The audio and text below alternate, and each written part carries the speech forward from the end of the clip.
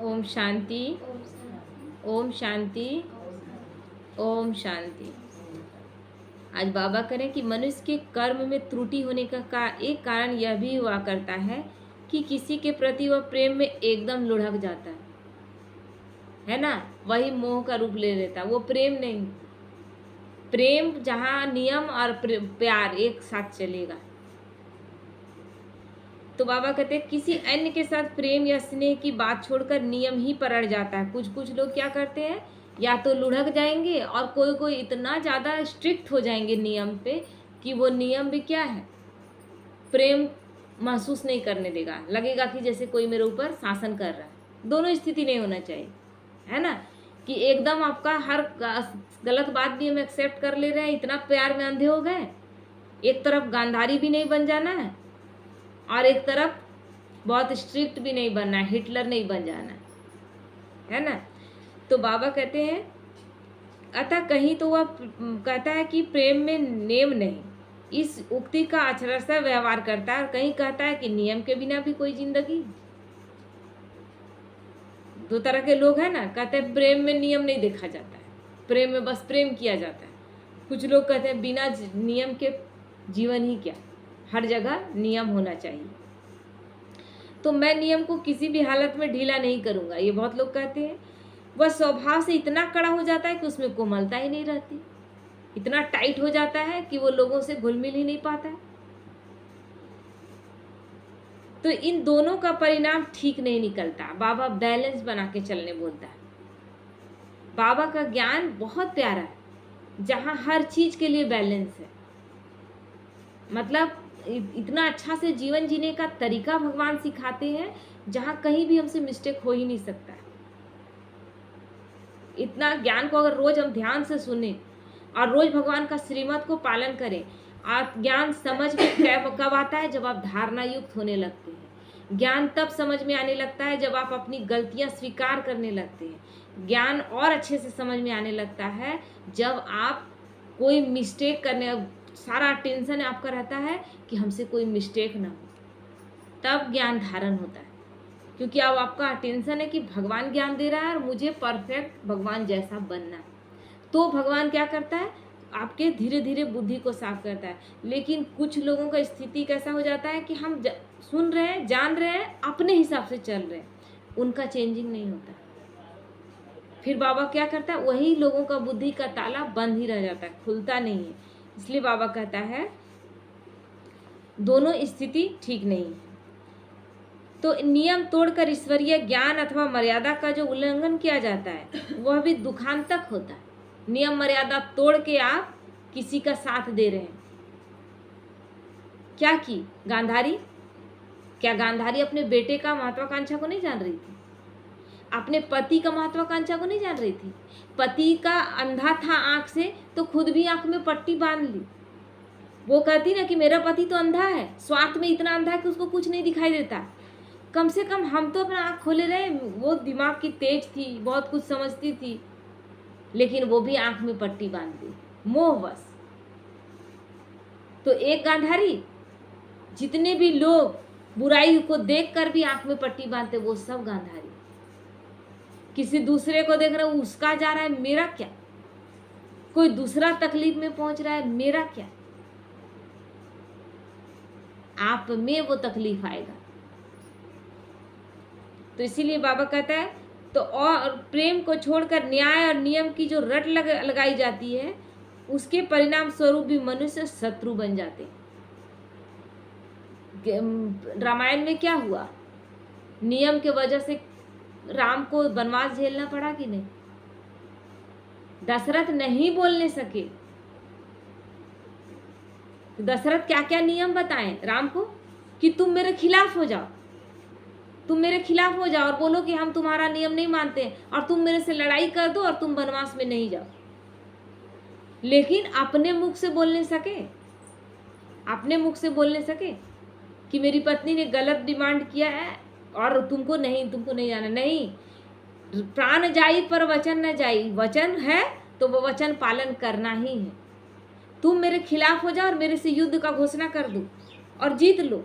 मतलब प्रेम इतना है ना लेकिन फिर भी मर्यादा नियम जो है बना हुआ उसको नहीं हम तोड़ सकते।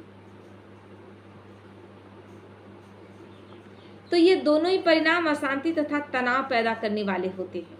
अतः कर्म करते समय हमें दोनों पहलुओं को ठीक रखना चाहिए। दोनों चीज बैलेंस, बाबा यहाँ बैलेंस सिखाता है। जीवन में संतुलन के बिना खराबी ही होती है। इसीलिए क्या कहते हैं, अति बल का भला न बोलना, अति बली न चूक, अति का भला न बरसना और अति की भली न धूप। कोई चीज का अति ठीक नहीं, बैलेंस लेकर के हमको चलना है। परमपिता परमात्मा शिव ने यह भी समझाया है कि यदि कोई भूल हो जाए तो उसे सच्चे मन से स्वीकार करना चाहिए। यहाँ बाबा बोलता है कि भूल तो होगा, 63 जन्मों से हम गलत कर्म करते आए हैं, एक बार भी हमें सुधार नहीं हो जाएगा। लेकिन यही मानकर बैठ नहीं जाना कि अरे हम 63 जन्म किए हैं ना, तो ये तो होगा ही नहीं। 63 जन्म हम किए हैं, लेकिन हम शुरुआती मेरा कैसा था, ओरिजिनल हमारा संस्कार कितना परफेक्ट था। बीच समय में थोड़ा सा खाद उसमें गंदगी पड़ गया है, लेकिन उसको समाप्त करके मुझे एकदम परफेक्ट बनना है। ये अपने आप को अटेंशन देना। तो इससे मनुष्य के मन पर बोझ नहीं रहता। जब आप बुरा करते हैं तो भगवान को आप बोलते हैं कि मेरे से गलती हो गया। क्या कैकेयी को एहसास नहीं हुआ? कैकेयी एक मंथरा के कहने पर भड़क गई। तुमको ये समझ में नहीं आया कि तुम इतनी बड़ी महारानी, इतने बड़े राज्य की महारानी, और समझाने वाली कौन? एक दासी जिसका अपना कोई परिवार नहीं, जिसका अपना कुछ चलाने का कोई शासन कभी नहीं चलाई, वो समझाई और गलत आप तुम समझ गई। गलती तुम्हारा था ना, मन के किसी कोने में चोर तुम्हारा था, तब तुमको उसका बात समझ में आया। क्या गांधारी को समझ में नहीं आया जब 100 पुत्र का नाश हो गया, कुल में एक दीपक जलाने वाला कोई नहीं बचा, तो उसको एहसास नहीं हुआ? उसको भी एहसास हुआ कि मेरे से मिस्टेक हुआ, और कहाँ कहाँ मिस्टेक हुआ वो सब समझ में आया। तो इसीलिए बाबा कहते हैं उसकी अंतरात्मा जब स्वीकार कर लेते हैं, समझ में आ जाता है, तो कैकेयी का फिर कैसा दिखाते हैं, चेहरा कैसा बुझा हुआ, हर वक्त पछतावे की आग में जल। क्योंकि माया जब प्रवेश करती है तो हमें पता ही नहीं चलता, हम जो कर रहे हैं ना तो उदंड जैसा हमको लगता है ठीक कर रहे हैं, हम ठीक कर रहे हैं। लेकिन जब तक समझ में आता है तब खुद बहुत पछतावे की अग्नि में जलते। तो कैकेयी का देखिए, या गांधारी का फिर लास्ट का सीन देखिए, जहां कृष्ण को श्राप दे रही है, दूसरे को श्राप दे रही है। तुम अपने गलती की, इसका तो तुम सोची ही नहीं। तो बाबा कहते हैं उसकी अंतरात्मा उसे सताती नहीं, और लोग उसके भी प्रति दयालु और क्षमावान बन जाते हैं। जब हमें अपनी भूल का एहसास होता है, हम अपनी भूल के लिए माफ़ी मांग लेते हैं। अब यही हो रहा है ना, चल रहे, कोशिश कर रहे हैं कि हम लक्ष्मी नारायण जैसा बने, हम ब्रह्मा बाबा के जैसा पुरुषार्थ करें, लेकिन उतना बड़ा शक्तिशाली स्थिति तो नहीं। बीच बीच में कभी न कभी माया के जब अधीन हो जाते हैं, कभी कभी गुस्सा आ जाते हैं, कभी कोई बात गलत हो जाता है हमसे, तो माफ़ी मांगते हैं ना, बाबा को बताते हैं बाबा आज ऐसा हो गया, ये मेरे से कैसे हो गया बाबा। क्योंकि अब हमारा टेंशन है, अब कोई कहेगा उससे हमको लेना देना नहीं है, क्योंकि हम सबको अपना कलम मिला हुआ है लिखने का कि कितना भाग्य हम लिख सके। जब हम अपने भाग्य पर कलम का स्याही छिटक के उसको गंदा कर रहे हैं तो हमको ही एहसास होगा, दूसरा कौन एहसास करेगा। तो वे उसे सच्चा और सज्जन मानते, इनसे इनके मन में तनाव भी पैदा नहीं होता, यदि हो भी तो शीघ्र ही मिट जाता है, क्योंकि भगवान से माफ़ी मांगते हैं। और माफ़ी मांगना ही मतलब बोलेंगे कि माफ़ी मांग लिए हो गया और फिर वही गलती दोबारा आप कर रहे हैं, नहीं। माफ़ी मांगने का मतलब है कि बाबा अब ये गलती मेरे से नहीं होगी। जब बार बार गलती होती है तो फिर आपका बुद्धि का ताला बंद हो जाता है, फिर बाबा वहाँ छोड़ देता है, क्योंकि फिर आप क्या कर रहे हैं, नहीं होता है। कुछ आदमी दिन भर में 1000 बार सॉरी बोले, अरे तुमसे एक बार मिस्टेक हुआ, तुम सॉरी बोला, उसके बाद फिर तुम बार बार अटेंशन नहीं रख रहा, तब तो बार बार सॉरी बोलने की जरूरत पड़ रहा है। फिर सॉरी एक वर्ड बनकर रह जाता है, भावना से नहीं बोला जाता, कोई अंदर का कोई भावना काम यहाँ नहीं कर रहा है। तो पुनश्च भूल को सच्चे मन से स्वीकार कर लेने से भूल भी हल्की हो जाती है, बाबा हमें माफ़ कर देता है, और जो मिलता है उसका सजा, उसमें भी कमी आ जाती है। तो उस एक भूल के कारण अनेक झूठ नहीं बोलने पड़ते, और इसलिए भूल आगे नहीं बढ़ती। फिर आगे के लिए भूल को मिटाने की प्रतिज्ञा करना, ताकि उस भूल की पुनरावृत्ति ना हो। हमें अटेंशन ये रखना है कि ठीक है मेरे से मिस्टेक हो गया, लेकिन ये भूल दोबारा हमसे न, ये सदा अटेंशन रहे। यही सर्वोत्तम पुरुषार्थ है, पुरुषार्थ यही है। लेकिन ये पुरुषार्थ नहीं है कि आप गलती कर रहे हैं, बार बार गलती कर रहे हैं, बार बार सॉरी बोल रहे हैं, सोचे चलो माफ़ी मिल गया ना, नहीं मिलेगा माफ़ी। फिर बाबा वहाँ डिस्कनेक्ट आपसे हो जाता है, क्योंकि एक ही चीज़ को बार बार कर रहे हैं। तो इस युक्ति को अपनाने से आगे के लिए मनुष्य का अलबेलापन घट जाता है और कर्म सत्कर्म होने लगते हैं। हमारे साथ भी यही हो रहा है ना, कर्म बुरा होते होते हम कैसे हो गए थे, और अब अटेंशन देते हैं तो कहाँ कहाँ गलती हुआ, बाबा से माफ़ी मांग के फिर अटेंशन अपने आप को दिलाते कि नहीं बाबा, किसी हाल में मेरे से गलती नहीं होना चाहिए। इस वक्त 1% भी गलती नहीं होना चाहिए, 1% भी नहीं, क्योंकि भगवान स्वयं आकर हमें पढ़ाई रोज पढ़ा रहा है, रोज बता रहा है कि बच्चे तुमको कैसे पढ़ना है, तुमको कैसे चलना है। उंगली पकड़ कर वो चला रहा है, और फिर भी हम गलती कर रहे हैं। तो अभी का सजा 100 गुना होगा, 100 गुना। और इतना दर्द, इतना तकलीफ शरीर में भी होगा, शरीर का कष्ट जो आएगा, जो प्रॉब्लम आएगा सो आएगा। पछतावे की अग्नि में इतना जलेंगे कि भगवान आया हुआ था और हम इतना इतना मिस्टेक करते गए। अब तो इसीलिए बाबा कहता है जब युक्ति से ये सब चीज़ों में हम आगे बढ़ने लगते हैं तो अलबेलापन चला जाता है और कर्म सत्कर्म होने लगते हैं। इसलिए खुशी होती है कि मैं अच्छा बन रहा हूँ। अच्छा लगता है ना, अच्छा लगता है कि नहीं। गुस्सा नहीं करते हैं, आज गुस्सा नहीं किए, गुस्सा वाला बात था लेकिन गुस्सा हम नहीं किए। अपने आप में शक्तिशाली स्थिति लगता है ना। पहले क्या बोलते थे, हम तो किसी का सहन नहीं करने सकते। हाँ, एक कोई बोलेगा तो हम 4 बोलेंगे। आज अपने आप को क्या टेंशन दे रहे हैं कि नहीं, एकदम सहन करना है, और सहन कर लेते हैं तो एकदम खुश हो जाते हैं कि चलो मेरे में इतना पावर अभी आया है। क्योंकि जो कह रहा है, जो बोल रहा है, माया उसके द्वारा जो भी कर रही है वो हमको शक्तिशाली बनाने के लिए है। जितने लोग हमारे पीछे लगे हुए हैं, जितने लोग हम पर अटेंशन दे रहे हैं, जितने लोग हमारे लिए नेगेटिव बोल रहे हैं, वो सब बहुत अच्छे टीचर के रूप में हमें तैयार कर रहे हैं, है ना। उन सब का बारंबार धन्यवाद। हम धन्यवाद नहीं दे पाते। और इस समस्या, बाबा क्या बोला था, बहुत सुंदर एक दिन आया था ना, बहुत सुंदर एक वरदान आया था जिसमें बोला था कि आप क्या करते हो, समस्या को, पहाड़ जैसा है ही समस्या आया है, उसको तोड़ने में, तोड़ के रास्ता बनाएंगे तब हम आगे बढ़ेंगे। कितना टाइम लगेगा। मान लीजिए एक पहाड़ है सामने और उसको तोड़ के आपको आगे बढ़ना, कितना आपको टाइम लगेगा, टाइम लगेगा ना। लेकिन उस पहाड़ को हम अगर क्रॉस कर जाते हैं साइड से, या उड़कर पार कर जाते हैं, जंप लगा सकते हैं, तो ये दोनों स्थिति में उस पहाड़ से बचेंगे हम ना, और टाइम मेरा बचेगा। हम क्या कर रहे हैं, इसको समझना है। समस्या आता है तो हम सोचते हैं समस्या के अंदर घुस के रेखा को निकालेंगे, सबको क्यों हुआ, कैसे हुआ, नहीं होना चाहिए। इतना में टाइम नहीं है फंसने का। जंप मार दे, जंप, बाबा कहता है कि जंप मार दो, या नहीं पहाड़ से को काट सकते, किनारे से साइड लग जाओ, किनारा कर लो, इन सब बातों से किनारा कर। तब भला तनाव की बात ही कहाँ से। अब तनाव की बात ही कहाँ से। कोई समस्या में हमको, कोई परिस्थिति में हमको फंसना ही नहीं, ऐसे निकलना है जैसे लोग भी सोचे कि कितना राम और भरत का जो दिखाते हैं कि भरत इतना प्यार से समझाता है, इतना प्यार से मतलब सबके सामने बात रखता है। पूरा अयोध्या का लोग वहाँ पहुँचे हुए हैं, जनकपुरी से भी लोग आए हुए हैं कि नहीं, राम को अब वापस चलना चाहिए। प्रेम ऐसा दिखाते हैं कि मतलब किसी को जवाब देते नहीं बन रहा है।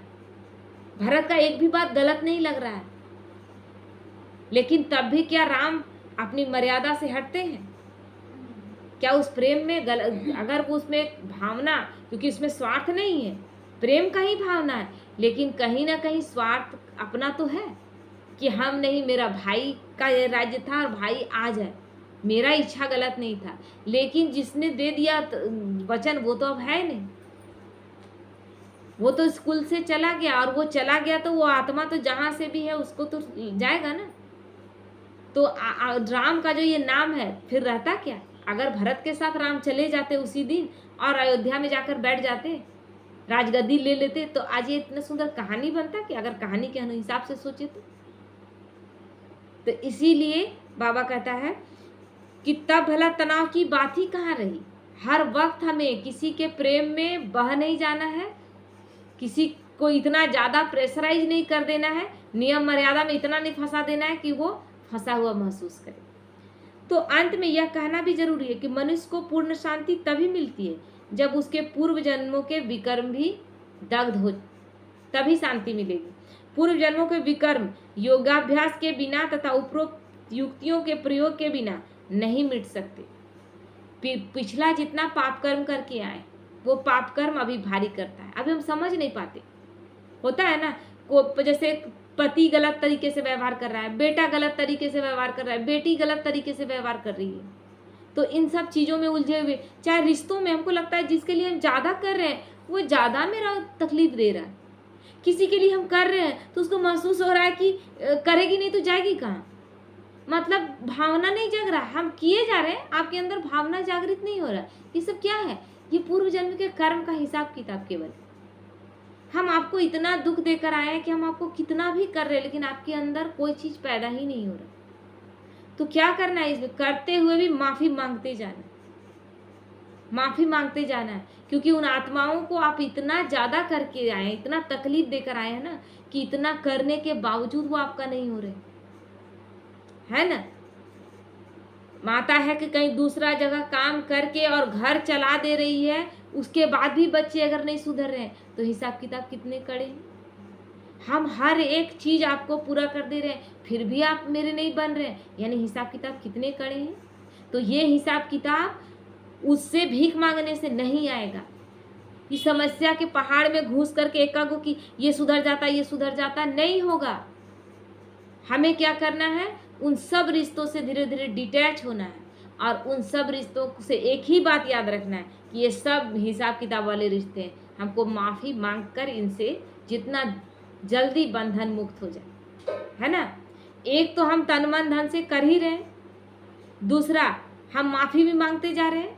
मेरे मन में उन आत्माओं के प्रति एक भी अपेक्षा अगर है कि मेरा बेटा अच्छा हो जाता तो वो कभी अच्छा नहीं होगा, मेरा पति अच्छा हो जाता कभी अच्छा नहीं होगा, क्योंकि अपेक्षा रखेंगे। बाबा बोला इच्छा हमें अच्छा नहीं बनने देती, आज भी आया था ना, आज या कल का आया था, इच्छा हमें अच्छा नहीं बनने देती। कोई इच्छा कोई अपेक्षा किसी के प्रति नहीं रखना, कोई मेरा नहीं है लेकिन मेरा तो भगवान है। उससे जब हम रिश्ता जोड़ लेते हैं ना तो ये सारे रिश्ते अपने आप आगे पीछे होते जाएंगे, लेकिन ये एक एक रिश्ता को आप जोड़ते जाएंगे, ये लोग कभी अपने नहीं बनेंगे, है ही नहीं तो बनेंगे कहाँ से? ये आत्माएं 84 जन्म में कितने सारे, अभी सुबह का कहानी सुने ना, बहुत अच्छा कहानी था, बहुत अच्छा कहानी था कि अभिमन्यु के लिए बहुत रो रहे, अर्जुन इतना रो रहा है कि मेरा बेटा मारा गया, हम अपने बेटे के बिना नहीं रह सकते, हमको एक बार मिला दो। अब अर्जुन तो मर गया, अंतिम संस्कार भी हो गया, अर्जुन अभिमन्यु को कैसे मिला दिया जाए? अब इतना रोए अर्जुन कि नहीं हमको एक बार मिलना है। तो कृष्ण बोले ठीक है। कहानी किन लोगों के लिए? हमारे लिए ही है ना।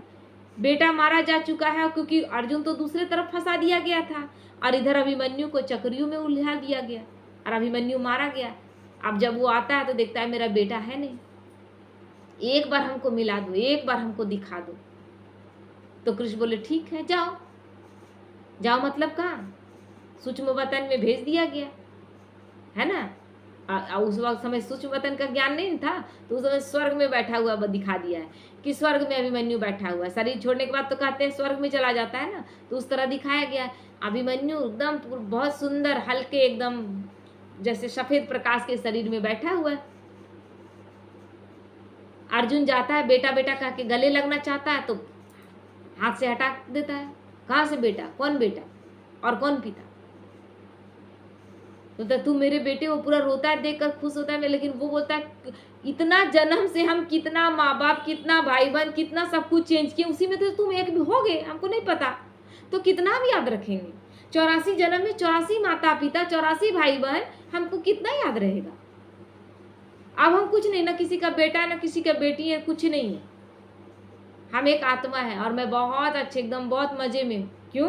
क्योंकि इस समय मैं किसी शरीर में नहीं हूँ तो कोई बंधन नहीं, कोई तकलीफ नहीं, और भगा देता तब अर्जुन को एहसास होता है। तो यही खेल है। केवल ये सृष्टि रंगमंच पर आत्माएं रोल निभाने के लिए आई हैं। उन आत्माओं के लिए आप कोई गलत डिसीजन लेते हैं, उनके स्वार्थ के लिए आप कोई गलत डिसीजन लेते हैं, तो आप कितने बड़े पाप के महाभागी बनते हैं। पाप के भागी बन जाते हैं ना। इसीलिए बहुत सोच समझ कर, जो दिख रहा है ना वो सच्चाई नहीं है, तो अभी आपको लगेगा ये सब अंतिम अंतिम समय में जिन जिन रिश्तों के लिए आपने गलत किया, जिन जिन रिश्तों के मोह में फंस कर आपने दूसरे के साथ गलत किया, वो रिश्ते अपना रूप दिखाएंगे। बाबा नहीं बोला हर आधार टूटेंगे, तो सबका रूप असली स्वरूप सामने आएगा। जिसके मुंह में फंसे हैं उसके द्वारा बाबा इतना बड़ा पेपर लाएगा कि खून के आंसू आप रोएंगे, और उस समय रोएंगे तब एहसास होगा कि देखो इसके लिए हमने किसी अच्छे को दुख दिया, एहसास होगा। तो बाबा छोड़ेगा किसी को नहीं, सोच रहे हैं ना, तो बाबा छोड़ेगा किसी को नहीं। तो इसीलिए बाबा कहता है जब हम माफी मांगते हैं तो ये हमारा जो विकर्म है पिछले जन्मों का वो मिट जाता है, हमको हल्का लगता है। तो हमें इस पे अटेंशन देना है, न कि अभी हमको किसी से अपेक्षा करना है ये आत्मा मेरे से अच्छा चले। नहीं चलती है, कोई अच्छा से नहीं चलती है। आप जान दे दीजिए फिर भी कोई आपका नहीं होगा। और जब तक बाबा ऐसा हम लोगों का स्थिति पावरफुल किया है ना, इतना पावरफुल स्थिति हम लोगों को बाबा बनाया है कि हम बीमार होंगे फिर भी हमारी कोई सेवाएं नहीं करेंगे। हम बोलेंगे कि मेरा सेवा कोई नहीं करता है। अरे कितना मजबूत बनाया भगवान ने कि हमारी सेवा करने की किसी को जरूरत नहीं। बाबा बचपन से आज तक सेवा करने नहीं दिया, किसी का लेने नहीं दिया, इसमें खुश रही। बाबा ने, आप कहते हैं ना हम सदा तंदुरुस्त रहते हैं, मेरे शरीर में कभी कोई प्रॉब्लम नहीं होता है। धन्यवाद दीजिए भगवान का। कुछ भी आप लेकर नहीं जा रहे, किसी का कर्ज लेकर नहीं जा रहे। कितना पावरफुल स्थिति है, उसका धन्यवाद करिए। जो आत्माएं बेटे बेटी के रूप में आई हैं वो केवल रोल निभाने के लिए आई हैं, उनसे एकदम डिटैच होकर कोई अपेक्षा नहीं रखें। उनसे माफ़ी मांगे और उनको माफ़ कर दे, माफ़ी मांगे माफ़ कर दे। लेकिन जन्म आप दिए हैं, सही डिसीजन जहाँ जहाँ पर सही गलत का है, गुस्से से नहीं, आत्मा रूप में उसको सजेशन देना है। माने नहीं माने, फिर नहीं माने तो उसमें थोड़ा सा स्ट्रिक्ट भी बनना है, क्योंकि रचना आपकी है, किसी और की रचना नहीं। बाबा कहता है अपनी रचना को आपको मारना पीटना नहीं, लेकिन अच्छे से ले उसको, क्योंकि फिर नहीं अगर वो चला, आप बोले कि हम तो सब बाबा पे छोड़ दिए। नहीं छोड़ते हैं बाबा पर, आधा अधूरा छोड़ते हैं, आधा अधूरा छोड़ते हैं। जहाँ आप नहीं सकते हैं वहाँ कहते हैं बाबा पर छोड़ दी, जहाँ सकते हैं वहाँ फिर मालिक आप बन जाते हैं। जहाँ मालिक आपको बनना चाहिए वहाँ नहीं बनते, जहाँ नहीं बनना चाहिए वहाँ मालिक बनते। मालिक नहीं बनने का मतलब कि बिल्कुल छोड़ दीजिए बाप पर, बाप गार्जियन है ना, बाप समझेगा, मोह का एक अंश मात्र भी नहीं, तब जाकर देखिएगा कार्य होगा और हर एक बच्चे सुधरेंगे। और यही तो कार्य भगवान करने आया है। भगवान क्या घर को तोड़ने आया है, रिश्तों को तोड़ने आया है, रिश्तों को तोड़ने नहीं आया, लेकिन रिश्तों को मर्यादा पूर्वक और प्रेम पूर्वक दोनों हिसाब से चलाना है। अतः मनुष्य को चाहिए कि योग युक्त बने, ताकि इस जन्म में भी आनंद प्राप्त करे तथा भविष्य में भी पूर्ण शांति प्राप्त करे। इसलिए योग युक्त अवस्था, मैं आत्मा हूँ और इस आत्मा के साथ जो मेरा हिसाब किताब है वो अब क्लियर हो रहा है। आप बेटे बेटी के रूप में देखते हैं, तुरंत आंख में आंसू आ जाता है। मेरा पति मेरे साथ ऐसा कर रहा है, तुरंत आंख में आंसू आ जाता है। ये सोचना ही नहीं, ये नहीं सोचना है।